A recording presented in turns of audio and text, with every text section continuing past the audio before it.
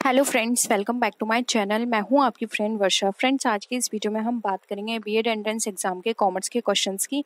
Friends, आज की video बहुत ही इंपॉर्टेंट वीडियो है क्योंकि आप लोगों की अब तक की बहुत सारी क्वेरी ये थी। जो हमने वीडियो इंग्लिश में अपलोड किए थे उसमें था कि इसको हिंदी में प्रोवाइड किया जाए, और जो हमने हिंदी में दी थी उसके लिए ये रिक्वेस्ट आ रही थी कि इंग्लिश में प्रोवाइड की जाए। तो अब तक हमने जितने भी क्वेश्चंस किए हैं हम उसको एक बार से फिर से डिस्कस करेंगे, हिंदी एंड इंग्लिश दोनों में। तो अगर आप लोगों ने ये वीडियो पहले देख लिए तो आप स्किप कर सकते हैं इन क्वेश्चंस को, क्योंकि वो वाले क्वेश्चंस फिर से रिपीट होंगे। इंग्लिश स्टूडेंट्स को इंग्लिश के क्वेश्चंस दोबारा देखने को मिलेंगे, हिंदी स्टूडेंट्स को हिंदी के क्वेश्चंस। लेकिन कुछ वीडियोस या कुछ क्वेश्चंस हम कह सकते हैं इस तरह के हैं जो कि हिंदी इंग्लिश में नहीं थे, हम उनको बाइलिंगुअल लैंग्वेज में कर रहे हैं। ठीक है, तो यहाँ पर आप क्या करिएगा, आप अपना अब तक आपका अगर कोई क्वेश्चंस मिस हो गया है तो प्लीज़ एक बार उन क्वेश्चंस को आप चेक कर लीजिएगा, जिसके थ्रू आप इजीली अपने वो प्रिपरेशन कर पाएँ। ठीक है, तो वीडियो को स्टार्ट करते हैं। वीडियो पसंद आए तो वीडियो को लाइक कीजिए, अपने फ्रेंड्स से शेयर कीजिए। किसी भी तरह की कोई भी क्वेरी हो तो प्लीज़ ज़रूर बताइएगा। चलिए फ्रेंड्स, वीडियो को स्टार्ट करते हैं।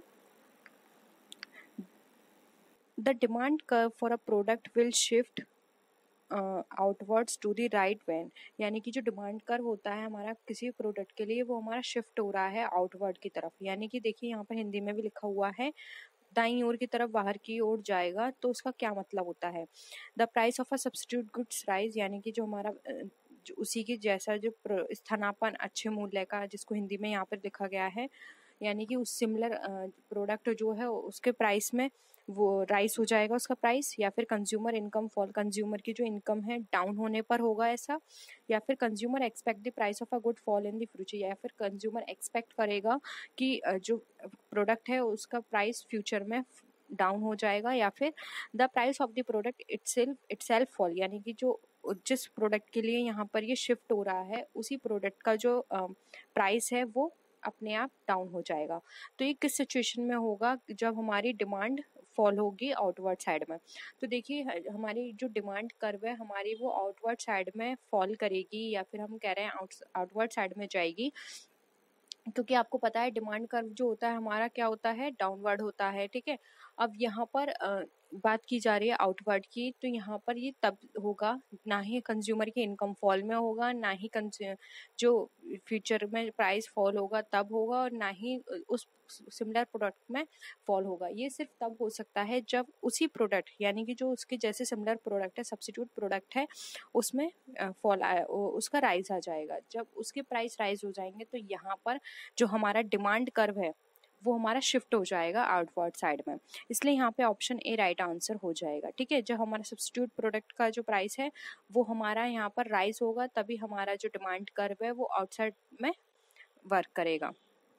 आई होप ये क्वेश्चन क्लियर हुआ होगा। नेक्स्ट क्वेश्चन है, the demand for good is relatively price elastic, यानी कि किसी प्रोडक्ट की जो डिमांड है वो अगर रिलेटिवली प्राइस इलास्टिसिटी है और उसके प्राइस जो है राइजेस में है, द रेवेन्यू विल, तब रेवेन्यू की क्या पोजीशन होगी? जो हमारा रेवेन्यू फॉल करेगा, रिमेन कांस्टेंट यानी वैसा ही रहेगा, राइज यानी कि बढ़ जाएगा, या फिर depends on how supply response, यानी कि ये देखेगा कि सप्लाई उस तरह से क्या उसकी रेस्पोंडेंट्स है, यानी कि वो किस तरह से रेस्पॉन्स कर रही है। तो देखिए अगर यहाँ पर हम देखें कि अगर किसी भी गुड के लिए डिमांड हमारी इनइलास्टिक है और उसके जो प्राइस हैं वो राइज हो रहे हैं, तो ये तभी होगा जब हमारा जो रेवेन्यू है, अब इसके लिए जो रेवेन्यू हो जाएगा वो हमारा बढ़ जाएगा। ठीक है, तो यहाँ पे ऑप्शन सी राइट आंसर हो जाएगा, हमारा रेवेन्यू बढ़ जाएगा यहाँ पे, क्योंकि रिलेटिवली इनइलास्टिक है प्रोडक्ट यहाँ पे, तो रेवेन्यू यहाँ पर हमारा ऑफकोर्स बढ़ेगा ही, इसलिए ऑप्शन सी यहाँ पे राइट आंसर हो जाएगा। नेक्स्ट है, which of the following option is not an example of market failure. अब इसमें से कौन सा मार्केट फेलर का एग्जाम्पल नहीं है, हमें ये बताना है। ऑप्शन है, failure to produce merit goods, यानी मेरिट गुड्स को प्रोड्यूस करने में फेल है, प्रोड्यूस पब्लिक गुड्स को प्रोड्यूस करने में फेल है, या फिर जो फर्म का जो प्रॉफिट है उसको मैक्सिमाइज नहीं कर पा रही है, या फिर जो अकाउंट एक्सटर्नीज है उसको नहीं देख पा रही है। तो फ्रेंड्स अगर हम यहाँ पर बात करें तो मार्केट फेलर के लिए ये एक पॉइंट हो सकता है कि वो जो मेरिट गुड्स हैं या पब्लिक गुड्स गुड्स हैं उनको प्रोड्यूस नहीं कर पा रही है। जब उनको प्रोड्यूस नहीं कर पाएगी तो मार्केट में वो किस तरह से वर्क करेगी। उसके साथ ही साथ देखें तो एक्सटर्निटीज़ जो होती हैं उनको उनका जो लेखा जोखा होता है उनको करने में उसको प्रॉब्लम आ रही है, तो उसकी सारी जितनी भी प्रोसेसिंग होगी वो सब बेकार हो जाएगी। तो यहाँ पर ये सारी चीज़ें देखें तो देखिए प्रॉफिट जो है वो यहाँ पर इसमें फिट नहीं बैठ रहा है, क्योंकि यहाँ पर मार्केट फेलर की बात की जा रही है। तो मार्केट फेलर उसकी जो अगर हम बात करें उसकी जो वर्किंग है वो मार्केट से रिलेटेड है। यहाँ पे प्रॉफिट से कोई मतलब नहीं है उसका। वो मार्केट में क्या काम है उसका, प्रोडक्ट को सप्लाई करना और जो भी मार्केट में कंडीशंस हो रही हैं उसका सारे लेखा जोखा रखना, बाहर क्या प्रॉब्लम है, क्या ट्रेंड है, क्या फैशन चल रहा है, ये सारी चीज़ें रखना। जब वो ये सब चीज़ नहीं कर पाएगी तो मार्केट में फेल हो जाएगी। इसलिए यहाँ पर जो इसका एग्जाम्पल नहीं है वो है यहाँ पे option number C, failures of a firm to maximise its profit. ये इसका एग्जाम्पल नहीं है। बाकी सारी सिचुएशंस ऐसी हैं जिसमें एक कंपनी मार्केट फेलर की पोजीशन में जा सकती है अगर वो इन सारी सिचुएशंस पे ध्यान नहीं देगी तो। ठीक है, नेक्स्ट है which of the following is an example of a primary form of business activity. अब इसमें से कौन सा यहाँ पर अगर हम बात करें तो प्राइमरी बिजनेस एक्टिविटी का प्राइमरी फॉर्म नहीं है। ठीक है, यानी कि प्राथमिक रूप या प्राथमिक कारण नहीं है, जैसे कि hairdressing, automobile production, banking या फिर फॉरेस्ट्री। तो देखिए यहाँ पर अगर हम देखें तो अगर हम बिजनेस एक्टिविटी की बात करें तो देखिए बिजनेस एक्टिविटी कोई भी बिजनेस हो सकता है। तो हेयर ड्रेसिंग भी एक एक्टिविटी है, ऑटोमोबाइल प्रोडक्शन में, एंड बैंकिंग भी। जबकि फॉरेस्ट्री बैंकिंग बिजनेस एक्टिविटी की प्राइमरी सोर्स में नहीं आती है। इसलिए यहाँ पे ऑप्शन डी जो है वो हमारा राइट आंसर हो जाएगा। नेक्स्ट है the price of a goods will tend to rise if, यानी कि जो हमारा जो प्राइस है गुड्स का वो उसकी कीमत अगर बढ़ती है तो क्या होगा। The current price is above the equilibrium, यानी कि जो हमारा करंट प्राइस है किसी प्रोडक्ट का वो हमारे इक्विलिब्रियम से ऊपर होगा, या फिर जो हमारा करंट प्राइस है इक्विलिब्रियम के नीचे जाएगा, या फिर हमारी quantity demand is less than quantity supplied, यानी कि जो हमारी जो भी क्वांटिटी डिमांड आ रही है वो हमारी कम हो जाएगी सप्लाई से, या फिर reduction in the cost of substitute commodity, यानी कि जो सब्स्टिट्यूट कमोडिटी है उसमें कमी आ जाएगी उसकी कॉस्ट में। तो देखिए जब हमारे माल की कीमत अगर बढ़ती है तो इसमें क्या होगा, जो हमारा इक्विलिब्रियम जो हमने सेट करके रखा है उससे हमारा जो करंट प्राइस होगा वो लो हो जाएगा। ठीक है, क्योंकि देखिए जब किसी भी गुड्स का प्राइस बढ़ता है तो वो हमारा यहाँ पर इस सिचुएशन में जो हमारा इक्विलिब्रियम हमने सेट किया होता है उससे हमारा करंट प्राइस क्या हो जाता है, लो चला जाता है। इसलिए यहाँ पर जो हमारी कंडीशन आएगी वो हमारी ऑप्शन बी करेक्ट है यहाँ पे। नेक्स्ट है प्रोडक्टिविटी इज मेजर्ड बाय। अब जो प्रोडक्टिविटी होती है हमारी किसके थ्रू मेजर की जाती है, the growth on product of a firm, यानी कि एक फर्म के आउटपुट पर, the growth on profit of a firm, यानी कि जो फर्म का जो प्रॉफिट है उसकी ग्रोथ पर, टोटल आउटपुट या टोटल इनपुट पर, या फिर total output of investment in capital goods, यानी कैपिटल गुड्स में जो भी हमने टोटल अमाउंट का इन्वेस्टमेंट किया है उस पर। तो देखिए प्रोडक्टिविटी की अगर हम बात करें तो ये हमारी ऑलवेज मेजर की जाती है total output upon total input, यानी कि टोटल कितना आउटपुट आया है और उससे कितना इनपुट निकल कर आया है। आउटपुट इनपुट के बेसिस पर ही हम प्रोडक्शन की मेजरमेंट कर सकते हैं कि हमारी कितनी प्रोडक्टिविटी निकल कर आई है। इसलिए यहाँ पे ऑप्शन सी जो है वो हमारा राइट आंसर हो जाएगा। नेक्स्ट क्वेश्चन है the main objective of macro economic policy is, यानी कि जो मैक्रो इकोनॉमिक पॉलिसी है उसका मेन ऑब्जेक्टिव क्या होता है ये बताना है। ऑप्शन है a high and stable level of employment, यानी कि एक उच्च और स्थिर लेवल का एम्प्लॉयमेंट देना, यानी कि अच्छा और स्टेबल है। यानी कि स्टेबल का मतलब यहाँ पर ये है कि उनको ऐसा नहीं हो कि कुछ टाइम पीरियड के लिए आप दे रहे हैं, स्टेबल होना चाहिए एम्प्लॉयमेंट उनके लिए। ठीक है, तो इसका ये मतलब है। या फिर a low and stable rate of inflation, यानी कि कम और स्टेबल लेवल का हमें इन्फ्लेशन देना है। या फिर a stable and satisfactory rate of economic growth, या फिर ऑल ऑफ दी अबव। तो देखिए यहाँ पर अगर हम बात करें मैक्रो इकोनॉमिक की तो आपको ही पता होगा मैक्रो इकोनॉमिक हमारा किस पर बेस्ड होता है। ठीक है, तो अगर हम इसकी पॉलिसीज़ की बात करें मैक्रो इकोनॉमिक पॉलिसी की, तो इसके अंदर यहाँ पे सारे ऑप्शंस हमारे फिट बैठते हैं, ये इसका ऑब्जेक्टिव होता है। इसलिए ऑप्शन डी राइट आंसर होगा। मैक्रो इकोनॉमिक पॉलिसी में हम ये देखते हैं कि जो हमारा एम्प्लॉयमेंट है हम हाई लेवल का एम्प्लॉयमेंट प्रोवाइड करें और वो इनका क्या हो, स्टेबल लेवल का हो। यानी कि किसी को भी अगर हम एम्प्लॉयमेंट करें दें तो ऐसा ना हो कि वो कुछ टाइम टाइम पीरियड का हो और उसके बाद वो अनएम्प्लॉयमेंट फिर से हो जाए, ठीक है। तो यहाँ पे स्टेबल होना चाहिए। उसके साथ ही साथ अगर इन्फ्लेशन हो रहा है तो वो क्या होना चाहिए, लो होना चाहिए, बहुत कम इन्फ्लेशन हो जिससे कि किसी भी तरह की कोई भी प्रॉब्लम क्रिएट ना हो, इकोनॉमिक प्रॉब्लम। उसके बाद stable and satisfactory rate of economic growth, यानी कि जो हमारी इकोनॉमिक ग्रोथ है वो सेटिस्फैक्ट्री होनी चाहिए, मतलब जितना हमने टारगेट अपना बना के रखा है उतने तो इकोनॉमिक ग्रोथ हमारी होनी ही चाहिए। तो ये सारी चीज़ें मैक्रो इकोनॉमिक पॉलिसी का पार्ट होती हैं, इसलिए ऑप्शन डी यहाँ पे हमारा राइट आंसर हो जाएगा। नेक्स्ट क्वेश्चन पे आते हैं। Who was the first argued that the purpose of business was to make profit, यानी कि पहले किसने बताया था कि बिजनेस का पर्पस होता है प्रॉफिट को बनाना। मिल्टन फ्राइडमैन ने, मार्केट रिचर ने, एलन स्टेनबर्ग ने, या फिर जॉन क्रेन ने। तो इस तरह के क्वेश्चंस भी जरूर कर लीजिएगा, बहुत पूछे जाते हैं। तो ये बताया था मिल्टन फ्राइडमैन ने कि एक बिजनेस का पर्पस होता है प्रॉफिट को बनाना, ठीक है। स्टैटिक क्वेश्चन था एक तरह से, मतलब एज इट इज, आपको इसमें कुछ समझने वाली बात नहीं है, आपको एज इट इज बस नाम याद रख लेना है। नेक्स्ट है what does the PPE. PPE की ये यहाँ पे जो और या फिर P3 जो इनिशिएटिव होता है उसमें आपको इसकी फुल फॉर्म बतानी है। Public policy papers, public private partnership, private procurement production, या फिर पर्सनल प्रोडक्शन प्रपोजल। तो देखिए ये भी बहुत सिंपल है, आप सबको पता होगा। पीपी की फुल फॉर्म यहाँ पे होती है public private partnership. Option B यहाँ पे हमारा राइट आंसर है। नेक्स्ट है what does the PFI initiative. अब पीएफआई की फुल फॉर्म बतानी है। Private finance initiative, private physical initiative, public financial initiative, या फिर प्राइवेट फाउंडेशन इनिशिएटिव। तो यहाँ पर देखिए ऑप्शन ए राइट आंसर है। यहाँ पे प्राइवेट फाइनेंस इनिशिएटिव यहाँ पे पीएफआई का फुल फॉर्म होता है। Term late industrialisation refers to, यानी कि जो लेट इंडस्ट्रियलाइजेशन का जो टर्म है वो हमें क्या बताता है। ऑप्शंस हैं the need to delay industrialisation because of its threats to the environment, यानी कि पर्यावरण के लिए खतरे के कारण औद्योगिकरण में देरी की आवश्यकता है, ये बताता है। या फिर ये बताता है the problem faced by many developing countries as they seek to catch up to the levels of development of richer economy, यानी कि बहुत सारी ऐसी डेवलप कंट्रीज हैं जो कि प्रॉब्लम फेस कर रही हैं जो भी रिचर कंट्रीज हैं उनके लेवल पर आने में। थर्ड ऑप्शन है the believe that it is too late for many countries to industrialise, यानी कि ये विश्वास किया जाता है, ये सोचा जाता है कि बहुत सारी कंट्रीज इंडस्ट्रियलाइजेशन के लिए लेट हो गई हैं। या फिर फोर्थ ऑप्शन है that we are now entering a post industrialised world, जैसे कि या फिर यहाँ पर यह कि हम जो हमारा जो पोस्ट इंडस्ट्रियलाइजेशन वर्ल्ड है उस पीरियड में हम एंटर नहीं कर पाए हैं, कैसे एंटर करेंगे, ठीक है। तो यहाँ पर देखिए लेट इंडस्ट्रियलाइजेशन की बात करें तो लेट इंडस्ट्रियलाइजेशन का मीनिंग यहाँ पर ये निकल कर आ रहा है कि कोई भी कंट्रीज हैं, बहुत सारी कंट्रीज जो हैं वो लेट हो चुकी हैं इंडस्ट्रियलाइज होने में, ठीक है।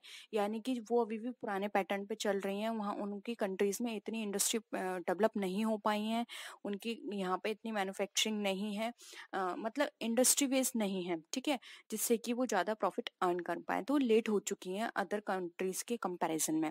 इसलिए ऑप्शन सी यहाँ पे हमारा राइट आंसर हो जाएगा। नेक्स्ट है which of the following economist is regarded as having the development the theory of comparative advantage, यानी कि कंपैरेटिव एडवांटेज थ्योरी ये किस इकोनॉमिस्ट ने दी थी। Adam Smith, David Ricardo, John Stiglitz, या फिर अमर्त्य सेन। तो यहाँ पर इसका राइट आंसर है ऑप्शन नंबर यहाँ पे बी, जो कि हमारा डेविड रिकार्डो। नेक्स्ट है under perfect competition in long run हमारी क्या सिचुएशन होगी, हमें ये बताना है। All firms earn normal profit, यानी कि सारी फर्म्स परफेक्ट कंपटीशन में नॉर्मल प्रॉफिट अर्न करती हैं। Few firms earn super normal profit, यानी कुछ फर्म्स जो हैं वो सुपर नॉर्मल प्रॉफिट अर्न करती हैं। All firms are at break even point पर होती हैं। ब्रेक इवन का मतलब होता है no profit and no loss, या फिर नन ऑफ द अबव। तो देखिए यहाँ पर अगर इसकी बात करें तो यहाँ पर राइट आंसर होगा option number A. Perfect competition में लॉन्ग रन में ये कहा जाता है कि सारी कंपनी जो होती हैं, सारी जो भी वहाँ पे फर्म्स होती हैं वो नॉर्मल प्रॉफिट अर्न करती हैं एज अ लॉन्ग रन, ठीक है। तो यहाँ पर ऑप्शन ए हमारा राइट आंसर हो जाएगा। नेक्स्ट क्वेश्चन पे आते हैं। The national income at market price is equal to, यानी कि अगर हम नेशनल इनकम की बात करें वो भी मार्केट प्राइस पर, तो हमारी किसके बराबर होगी। Gross national product at market price, या फिर gross domestic product at market price, net national product at factor price, या फिर नन ऑफ द अबव। तो यहाँ पे नेशनल इनकम की बात कर रहे हैं वो कि मार्केट प्राइस के रेफरेंस में। तो यहाँ पर जो हमारा जो टोटल नेशनल प्रोडक्ट निकल कर आएगा वो हमारे फैक्टर कॉस्ट से रिलेटेड होगा, ठीक है। फैक्टर कॉस्ट के कंपैरिजन में डिफाइन किया जाएगा वो हमारा इक्वल होगा इसके, इसलिए यहाँ पे ऑप्शन सी राइट आंसर हो जाएगा। Net national product at factor cost हमारा ऑलवेज इक्वल होता है नेट नेशनल जो नेट नेशनल इनकम होती है मार्केट प्राइस के, ठीक है। तो यहाँ पे ऑप्शन सी जो है वो हमारा राइट आंसर है। नेक्स्ट क्वेश्चन है, if there is a single buyer it is called, यानी कि अगर सिंगल बायर होता है तो उसे हम क्या कहते हैं, मोनोपोली, ओलिगोपोली, मोनोप्सोनी या फिर नन ऑफ द अबव। तो अगर हम सिंगल बायर की बात करें तो वो होता है हमारा मोनोप्सोनी। मोनोपोली में सिंगल सेलर होता है, ओलिगोपोली में फ्यू होते हैं, ठीक है। तो यहाँ पे सिंगल बायर की बात की जा रही है जो कि मोनोप्सोनी में होता है। ऑप्शन सी राइट आंसर है यहाँ पे। नेक्स्ट आते हैं, a firm is having increasing returns to scale means, यानी कि एक फर्म है जिसका रिटर्न स्केल जो है इंक्रीजिंग लेवल पर है, ठीक है। तो इसका क्या मतलब होता है, यानी कि इंक्रीजिंग कॉस्ट पर है, कांस्टेंट कॉस्ट पर है, डिक्रीजिंग कॉस्ट पर है या फिर नन ऑफ द अबव। तो देखिए अगर एक firm increasing rate to scale पर है तो इसका मतलब यहाँ यहाँ ये होता है कि उसका स्केल इंक्रीज हो रहा है, यानी कि उसकी जो कॉस्ट जो है वो डिक्रीजिंग लेवल पर है, इट्स हैविंग डिक्रीजिंग कॉस्ट, इसलिए यहाँ पे ऑप्शन सी यहाँ पे हमारा राइट आंसर हो जाएगा। नेक्स्ट है, production can be measured in terms of which of the following, यानी कि जो हमारे प्रोडक्शन होता है वो हमारा किस टर्म्स में मेजर किया जाता है, total productivity, marginal productivity, average productivity या फिर ऑल ऑफ द अबव। तो प्रोडक्शन की बात करें तो यहाँ पर देखिए इसका राइट आंसर हो जाएगा ऑप्शन नंबर डी। हम प्रोडक्शन को अपने टोटल प्रोडक्टिविटी के बेसिस पर भी चेक कर सकते हैं, मेजर कर सकते हैं, मार्जिनल और एवरेज के बेसिस पर भी। तो ये तीनों ही मेजर एक तरह से हम बोल सकते हैं पैरामीटर्स होते हैं जिनके बेसिस पर हम अपने प्रोडक्शन को चेक कर सकते हैं। राइट आंसर है डी। नेक्स्ट है, which is not covered under the scope of managerial economics, managerial economics के अंदर कौन सा कवर नहीं किया जाता, हमें ये बताना है। Profit management, accounting theory, pricing policy या फिर प्रोडक्ट एनालिसिस।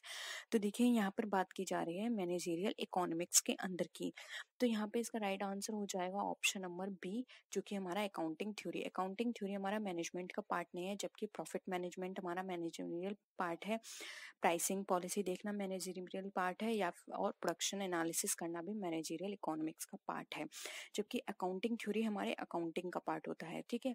तो ये सारा यहाँ पे ऑप्शन बी जो है वो यहाँ पे इस पे लाइन नहीं कर रहा है। नेक्स्ट है, डिमांड एनालिसिस इंक्लूड, यानी कि जो डिमांड एनालिसिस होती है उसमें क्या चीज़ इंक्लूड की जाती है, demand forecasting, demand elasticity study, indifference curve analysis या फिर ऑल ऑफ द अबव। तो देखिए यहाँ पर इसका राइट आंसर हो जाएगा option number D. Demand analysis के अंदर हम फोरकास्टिंग भी करते हैं, इलास्टिसिटी की स्टडी भी देखते हैं कि कौन सा प्रोडक्ट कितना इलास्टिसिटी है उसकी, यानी कि कौन सा प्रोडक्ट प्राइस से कितना वेरी कर रहा है, ठीक है, कितना उस पर इफेक्ट पड़ता है। इंडिफरेंस कर्व एनालिसिस भी हम इसके अंदर चेक करते हैं। ये सारी चीज़ें हमारे डिमांड एनालिसिस के अंदर आती हैं, इसलिए ऑप्शन डी राइट आंसर हो जाएगा। आई होप यहाँ तक आपको सारी चीज़ें क्लियर होंगी। नेक्स्ट है, लॉ ऑफ डिमांड इम्प्लाइज। अब जो लॉ ऑफ डिमांड है वो हमें क्या बताता है, बहुत सिंपल है, आप इस सबको बता सकते हैं। Qualitative relationship between demand and supply, quantitative relationship between price and demand, quantitative relationship between price and demand या फिर quantitative relationship demand between demand and supply. तो देखिए यहाँ पर लॉ ऑफ डिमांड की बात की जा रही है, याद रखना है यहाँ पे फ्रेंड्स आप। तो देखिए लॉ ऑफ डिमांड की बात करें तो एक क्वालिटेटिव रिलेशनशिप होता है हमारा बिटवीन प्राइस एंड डिमांड के बीच में, ठीक है। तो यहाँ पे ऑप्शन बी जो है वो हमारा राइट आंसर हो जाएगा, लॉ ऑफ डिमांड। और अगर इसके बाद ये तो हमारा हो गया लॉ ऑफ डिमांड, अगर हम इलास्टिसिटी ऑफ डिमांड की बात करते तो यहाँ पर आ जाता है हमारा क्वांटिटेटिव, ठीक है। यहाँ पे ऑप्शन बी राइट आंसर हो जाएगा। नेक्स्ट है, which one of these is an exception of law of demand. अब इसमें से कौन सा एक्सेप्शन है लॉ ऑफ डिमांड का, demonstration effect of goods, given goods, future scarcity of goods या फिर ऑल ऑफ द अबव। तो देखिए यहाँ पर अगर हम बात करें तो अगर हमने एक्सेप्शन पढ़े हैं आप लोगों ने लॉ ऑफ डिमांड के, तो देखिए डिमॉन्स्ट्रेशन भी बात करता है लॉ ऑफ डिमांड के एक्सेप्शन, गिवन गुड्स भी बात करता है and future scarcity of goods भी इसके अंतर्गत आता है, ठीक है। इन सब का आपको पता होगा कि डेमोन्स्ट्रेशन गुड्स इफेक्ट में क्या चीज़ें हैं, गिवन गुड्स में क्या है and future scarcity of goods में क्या है। तो ये एक्सेप्शंस होते हैं जो कि लॉ ऑफ डिमांड जो होता है उस पर इसका कोई भी इफेक्ट नहीं पड़ता है, इसलिए ऑप्शन डी यहाँ पे हमारा राइट आंसर हो जाएगा। नेक्स्ट क्वेश्चन है, elasticity of demand is based on which of the following factors. अब जो इलास्टिसिटी ऑफ डिमांड है वो हमारी कौन से फैक्टर्स पे बेस्ड होती है? Range of substituted available, joint demand, proportion of income spent on commodity, या फिर ऑल ऑफ द अबव। तो देखिए यहाँ पर अगर हम बात करें इसके इफेक्ट की, तो देखिए और ये सारे ही फैक्टर्स जो हैं हमारे, ये सारे ही हमें इफेक्ट करते हैं डिमांड के, क्योंकि देखिए हमारे अगर हमारे सब्स्टिट्यूट अवेलेबल है, जो भी हम प्रोडक्ट कर रहे हैं, अगर उसका प्राइस हाई हो गया है और उसका सब्स्टिट्यूट अवेलेबल है तो हम उसको नहीं खरीदेंगे, तो ये क्या हो गया? एक्सेप्शन हो गया। ये क्या है? वहां पर इलास्टिसिटी डिमांड पे इफेक्ट पड़ रहा है। सेम उसी तरह से अगर जॉइंट डिमांड है, अगर एक प्रोडक्ट की डिमांड इंक्रीज हो रही है तो उसके साथ जो उसका दूसरा प्रोडक्ट होगा जो उसके साथ जॉइंट में है, हम उसको भी कोई परचेस नहीं करेगा, ये भी इफेक्ट कर गया। थर्ड है प्रोपोर्शन ऑफ इनकम स्पेंड। अब ये डिपेंड करता है कि इनकम का कितना प्रोपोर्शन आपको स्पेंड करना है। हो सकता है कि कोई पर्सन ऐसा है जो कि अपनी इनकम का सिर्फ 30% खर्च करता है, ठीक है। अब उसकी इनकम इंक्रीज हो रही है तो उस इंक्रीज इनकम का 30% नहीं, वो पहले जितना खर्च करता था अभी भी वो उतना ही खर्च करता है, ठीक है। तो यहाँ पर क्या होगा? वो जितना खर्च करता है उस प्रोपोर्शन पर डिपेंड करता है। तो ये कुछ फैक्टर्स होते हैं जो कि इफेक्ट कर जाते हैं इलास्टिसिटी ऑफ डिमांड को, इसलिए ऑप्शन डी यहाँ पे राइट आंसर हो जाएगा। नेक्स्ट क्वेश्चन है which one of the following is not the function of a managerial economist. अब इसमें से कौन सा मैनेजरियल इकोनॉमिस्ट का फंक्शन नहीं है? Industrial market research, determining rate of interest in money market, capital budgeting, या फिर इन्वेस्टमेंट एनालिसिस। तो देखिए यहाँ पर अगर हम बात करें तो ऑप्शन बी जो है determining rate of interest in money market, ये इसका पार्ट नहीं है। जबकि हमारा इंडस्ट्रियल मार्केट रिसर्च देखना, कैपिटल बजटिंग, इन्वेस्टमेंट एनालिसिस, ये सारे मैनेजमेंट के पार्ट आ जाता है। इसलिए ऑप्शन बी हमारा राइट आंसर हो जाएगा। Determining rate of interest in money market ये हमारा फाइनेंस का पार्ट हो जाएगा, ठीक है। तो यहाँ पे ऑप्शन बी राइट आंसर होगा।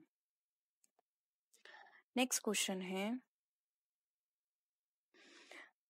Which one is not a type of demand. अब इसमें से कौन सा हमारा जो डिमांड की टाइप्स नहीं है? Price demand, derive demand, supply demand, या फिर जॉइंट डिमांड। तो देखिए यहाँ पर प्राइस डिमांड, डिराइव डिमांड और जॉइंट डिमांड ये तीनों पार्ट हैं, जबकि सप्लाई डिमांड हमारा टाइप ऑफ डिमांड में नहीं आता। तो ऑप्शन सी राइट आंसर हो जाएगा। नेक्स्ट है which is not the type of elasticity of demand. अब इलास्टिसिटी ऑफ डिमांड में कौन सा इसका टाइप नहीं है? Price elasticity, income elasticity, supply elasticity, या फिर एडवर्टाइजिंग इलास्टिसिटी। तो आपने टाइप्स ऑफ इलास्टिसिटी पढ़ी होगी, कितने टाइप्स की हमारे इलास्टिसिटी ऑफ डिमांड है। तो देखिए उसमें से अगर हम बात करें तो हमने इसके अंदर प्राइस पढ़ी है, इनकम पढ़ी है और एडवर्टाइजिंग पढ़ी है। सप्लाई इलास्टिसिटी नहीं होती है, इसलिए ऑप्शन सी यहाँ पर भी राइट आंसर हो जाएगा। Globalisation can operate problem for business because. अब ग्लोबलाइजेशन कैन क्रिएट प्रॉब्लम। अब ग्लोबलाइजेशन किस तरह से प्रॉब्लम क्रिएट करता है बिजनेस में?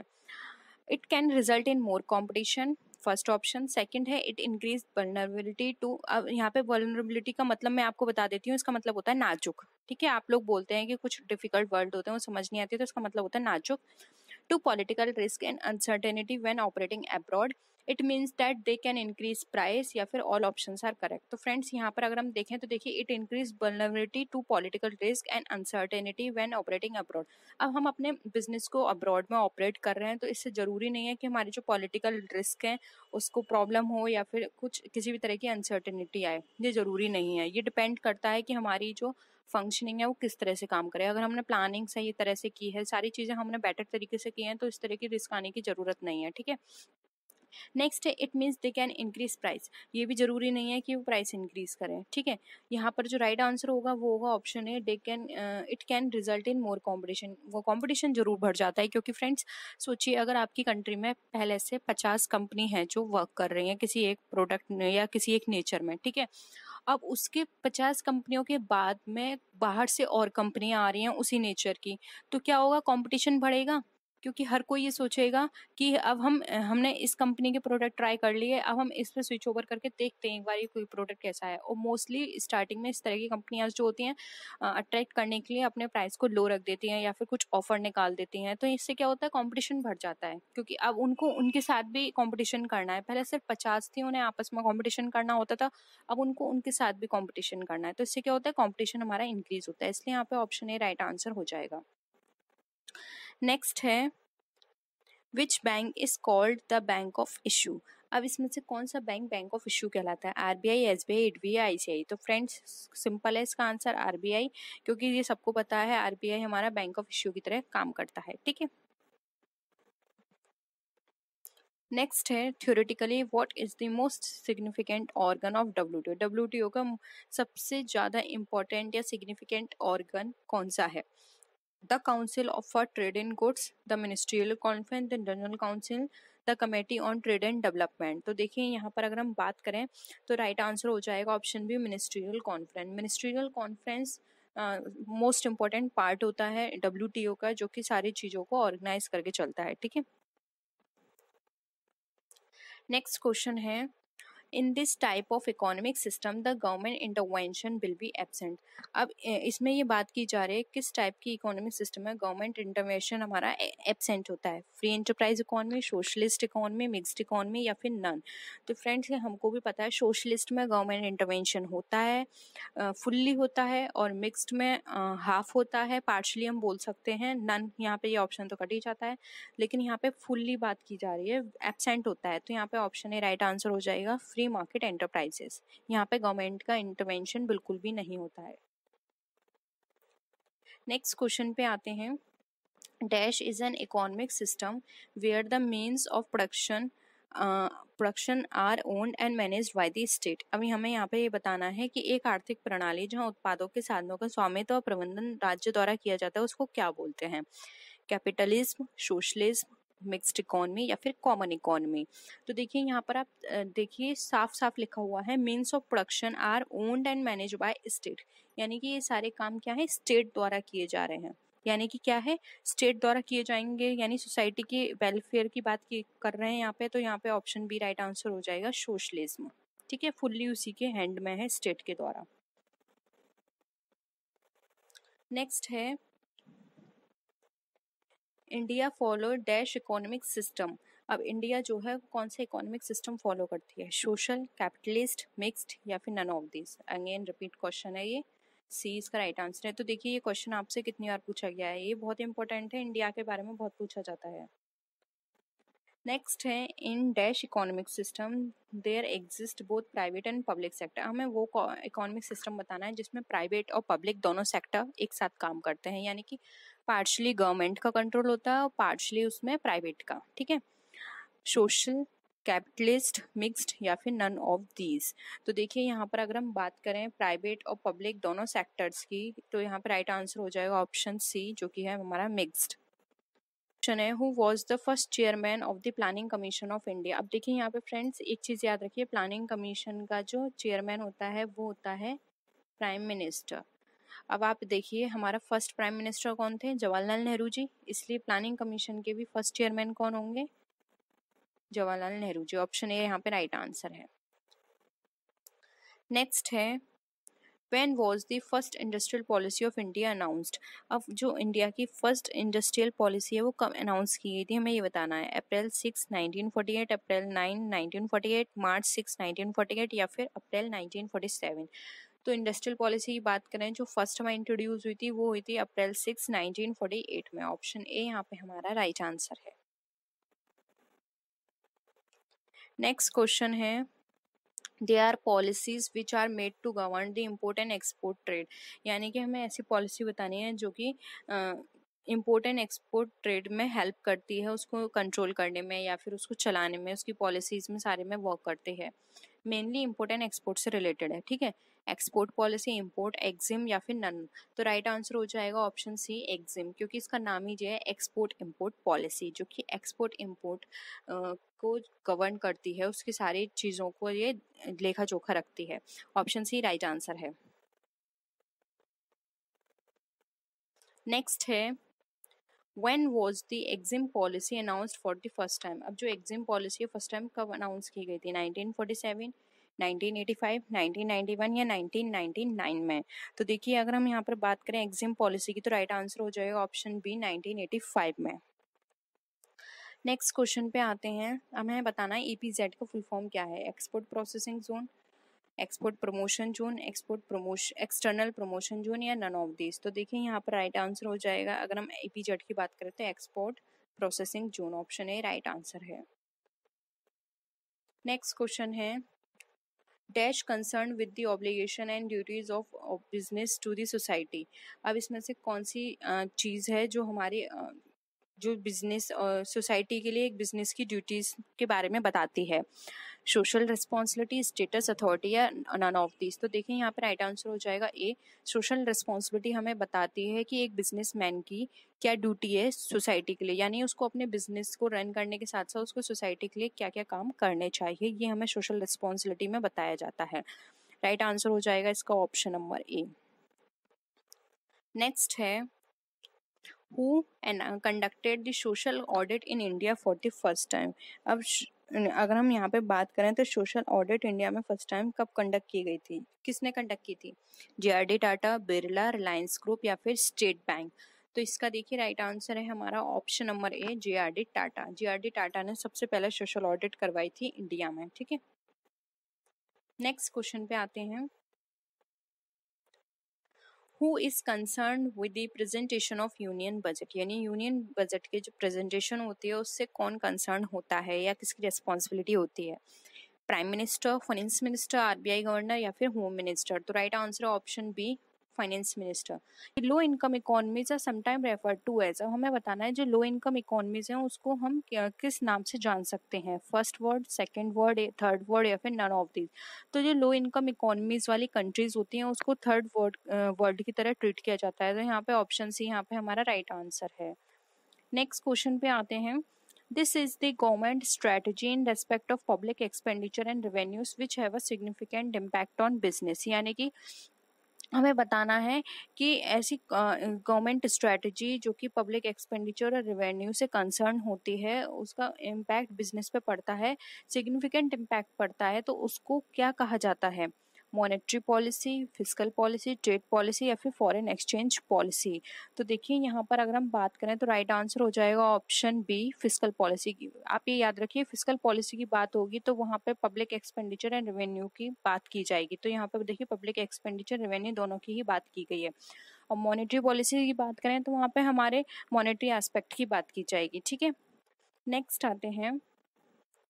बहुत ही इंपॉर्टेंट क्वेश्चन है ये। CII स्टैंड्स फॉर, यानी कि CII का क्या मतलब है? Confederation of Indian industry, condition of Indian industry, classes of Indian industry या फिर सिविलियन ऑफ इंडियन इंडस्ट्री। तो फ्रेंड्स CII की जो फुल फॉर्म होती है उसको कहा जाता है confederation of Indian industry.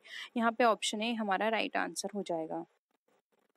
Next आते हैं। Dash is concern with the withdrawal of state from an industry और अ सेक्टर पार्शियली और फुल्ली, यानी कि आंशिक रूप से या पूरी तरह से एक उद्योग के क्षेत्र में राज्य की वापसी के साथ संबंध है, तो उसको क्या कहेंगे?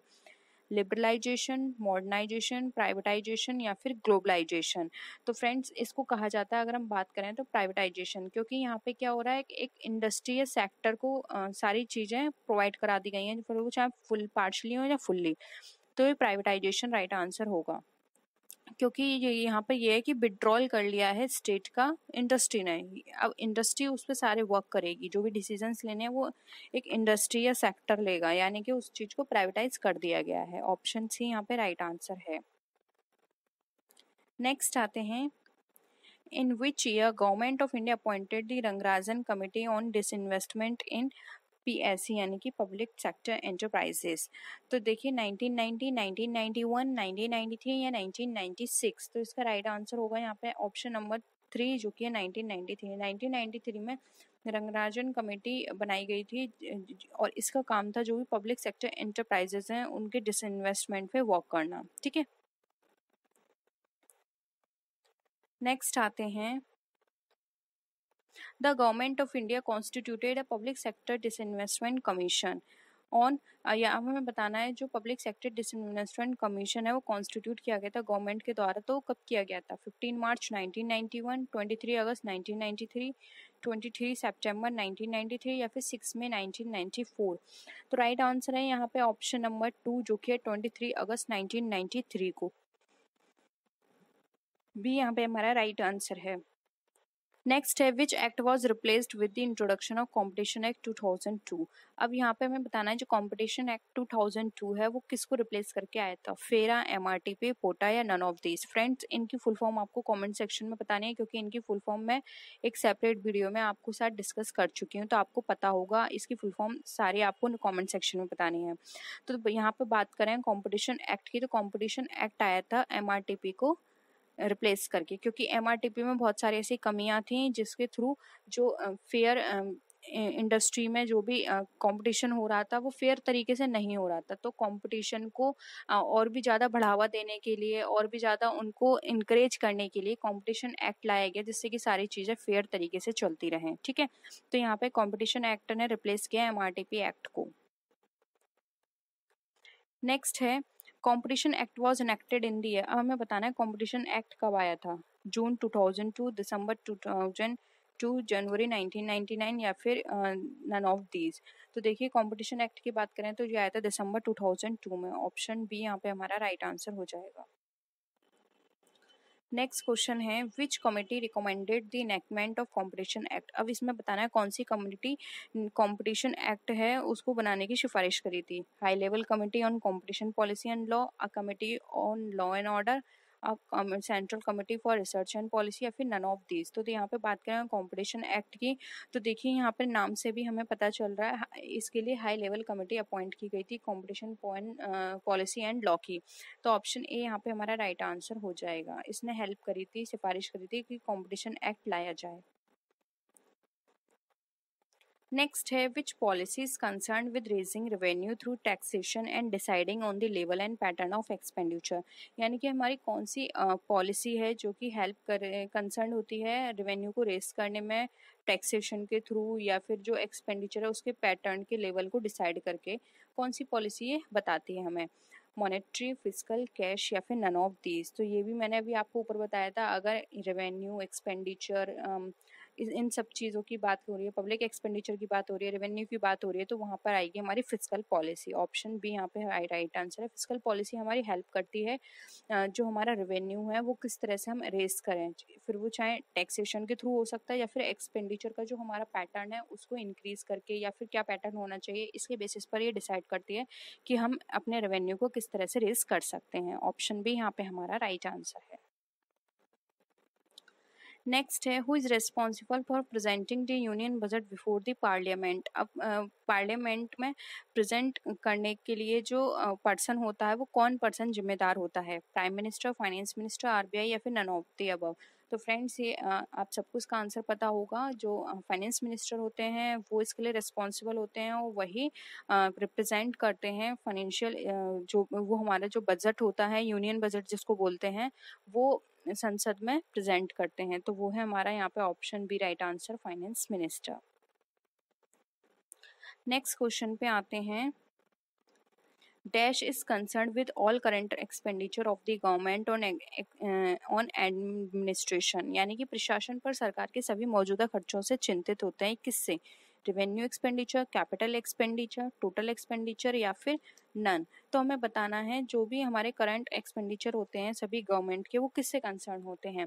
तो फ्रेंड्स यहाँ पे राइट आंसर होगा ऑप्शन ए, वो हमारे सारे रेवेन्यू एक्सपेंडिचर होते हैं क्योंकि यहाँ पे करंट की बात की जा रही है और करंट एक्सपेंडिचर सारे हमारे रेवेन्यू से कंसर्न होंगे। ठीक है, और अगर करंट नहीं होते तो हम कैपिटल एक्सपेंडिचर बोल सकते थे, इसलिए ऑप्शन ए यहाँ पे हमारा राइट आंसर हो जाएगा। नेक्स्ट है the planning commission was setup in India in. अब जो प्लानिंग कमीशन है वो इंडिया में सेटअप की गई थी कब, 1950, 1951, 1947 या फिर 1952। तो प्लानिंग कमीशन की बात करें तो फ्रेंड्स ये सेटअप की गई थी 1950 में। ऑप्शन ए यहाँ पे हमारा राइट आंसर है। नेक्स्ट क्वेश्चन है who is the president of national development council. अब नेशनल डेवलपमेंट काउंसिल का प्रेसिडेंट कौन होता है। तो फ्रेंड्स अगर हम बात करें एनडीसी की, नेशनल डेवलपमेंट काउंसिल की, तो इसका जो प्रेसिडेंट होता है वो होता है उस टाइम जो भी person as a prime minister appoint किया गया है। तो यहाँ पर इसका राइट आंसर हो जाएगा ऑप्शन बी, प्राइम मिनिस्टर। अब जो हमारे एनडीसी के प्रेसिडेंट हैं वो है नरेंद्र मोदी जी। ठीक है, नेक्स्ट है the intervening period between third and fourth 5 year plan is regarded है, यानी कि तीसरे और जो हमारे चौथे 5 ईयर प्लान जो थे उसके बीच में जो इंटरवेनिंग पीरियड था उसको क्या नाम दिया गया था? Plan period, plan holidays, plan days या फिर नन ऑफ दीज। तो जो भी इंटरवेनिंग पीरियड था उस टाइम के बीच में वहाँ पर इसको नाम दिया गया था प्लान हॉलीडेज। ऑप्शन ए भी यहाँ पे हमारा राइट आंसर है। ठीक है, तो आज के लिए इतना ही। आई होप आपको वीडियो पसंद आया होगा। वीडियो पसंद आए तो वीडियो को लाइक कीजिए, फ्रेंड्स के साथ शेयर कीजिए। किसी भी तरह की कोई भी क्वेरी हो तो ज़रूर बताइएगा, और वीडियो कैसी लगी कमेंट सेक्शन में बताइए। किसी और पर्टिकुलर टॉपिक पे वीडियो चाहते हैं तो आप कमेंट सेक्शन में लिख सकते हैं। नेक्स्ट वीडियो में फिर मिलते हैं और भी अच्छी वीडियोज़ के साथ। तब तक के लिए टेक केयर, बाय बाय।